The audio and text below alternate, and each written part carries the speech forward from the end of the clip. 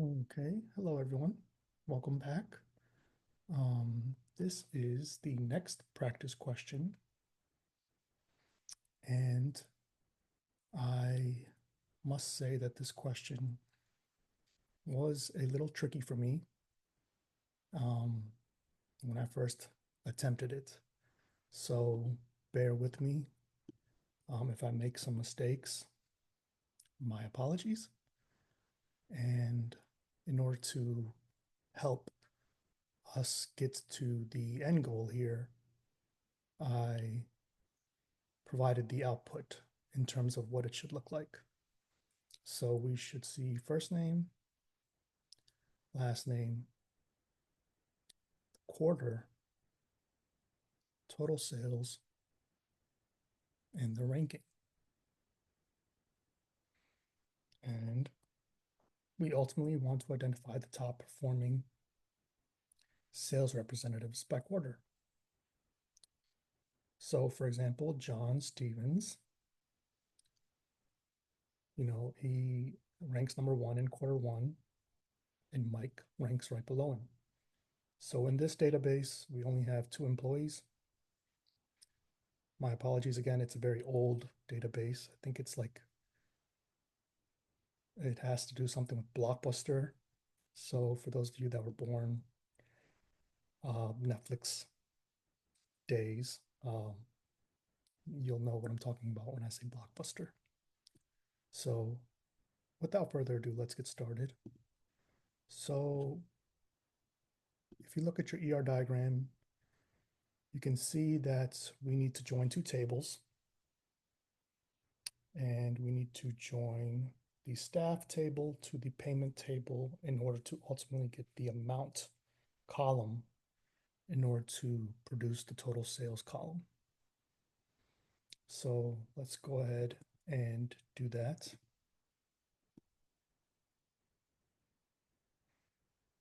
So select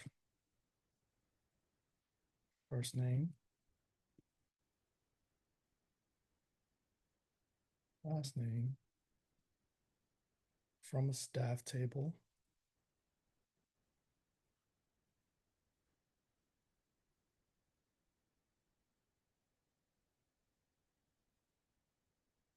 Oh, looks like we have a total of 6 employees. Okay, and from the staff table, we want to join payments table.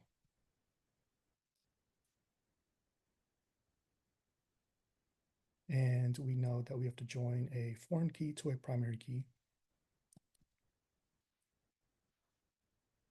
So that is what we just did here. So in the payments table, the staff ID is the foreign key, and in the staff table, the staff ID is the primary key. So foreign key to primary key. We are going to execute. Remember, execute often in order to keep up with your QA. So now that we have joined our tables, we have all of the columns that we need. Now, in order to produce this quarter column, we actually have to use a function called extract and extract the month from the rental date, or I apologize, payment date.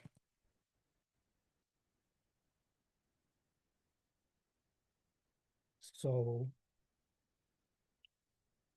when we do this, we also actually have to put a case statement.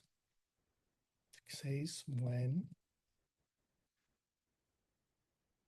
we extract the month from the payment date and when the months of the payment date fall in 1, 2, 3, then label it Q1. Do you all see what I did there? Hopefully you all saw that. So case when we extract the month from the payment date, and that payment date or the month is either a 1, 2, or 3, we're going to label that row Q1. So we're going to do the same thing again. When we extract month from payment date,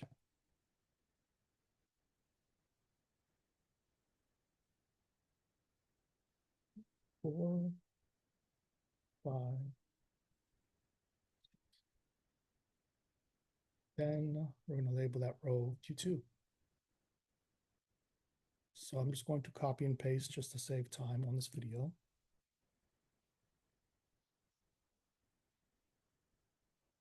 Seven, 8, 9, 3.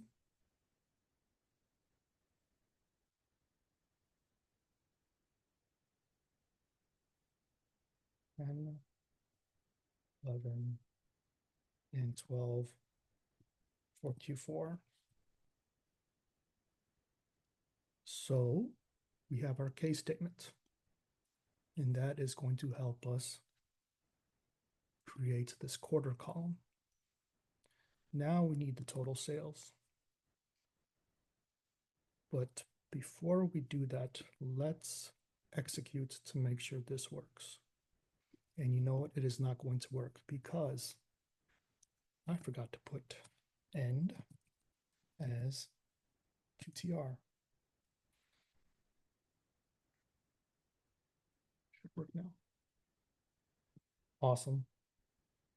So now what we're going to do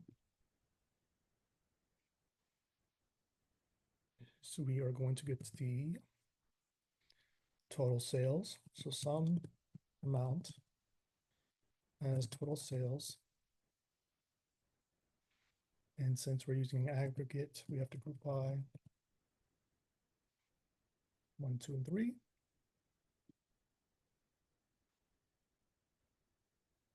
And so we are 90% there. We have first name, last name, quarter, total sales. Now we need the rank. So in order to rank, we need to use a window function, and that window function is called rank. And we are going to rank over, and in a window function, we need to either use a partition or a order by. And since we want to rank the top performing sales by quarter, we need to use a order by.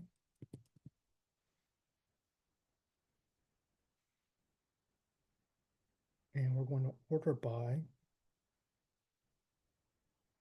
the sum of the amount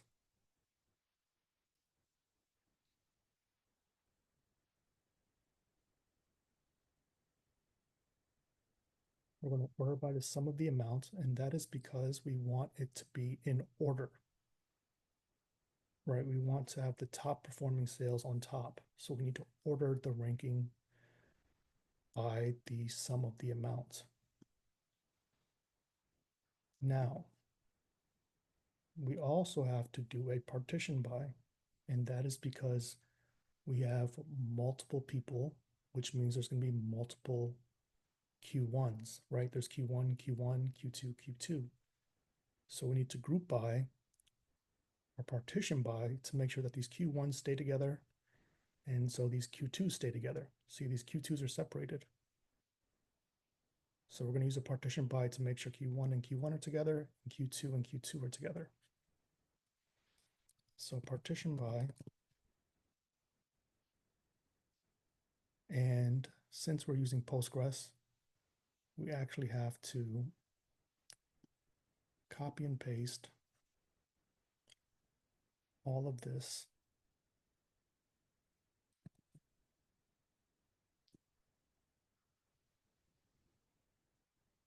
into our partition. So this code does get a little lengthy.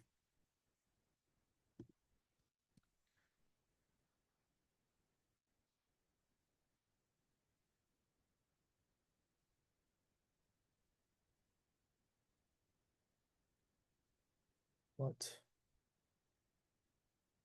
hopefully with these indents, we can keep ourselves organized. So let's go ahead and execute. Oh, looks like I forgot something.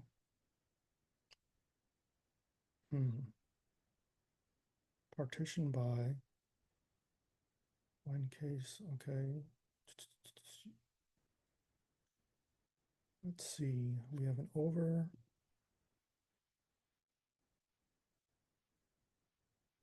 And we have, you know what? I am forgetting the end. So every case statement has an end. I believe that should be it. And then it should work.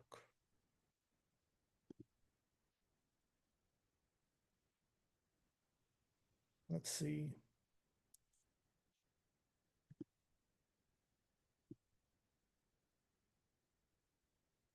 All right, there you go. But is it in order? No, it's not, right? Because John should be in row 1.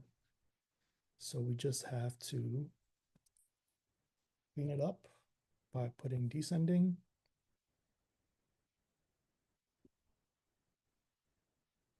And there you have it. All right, hopefully that wasn't too confusing.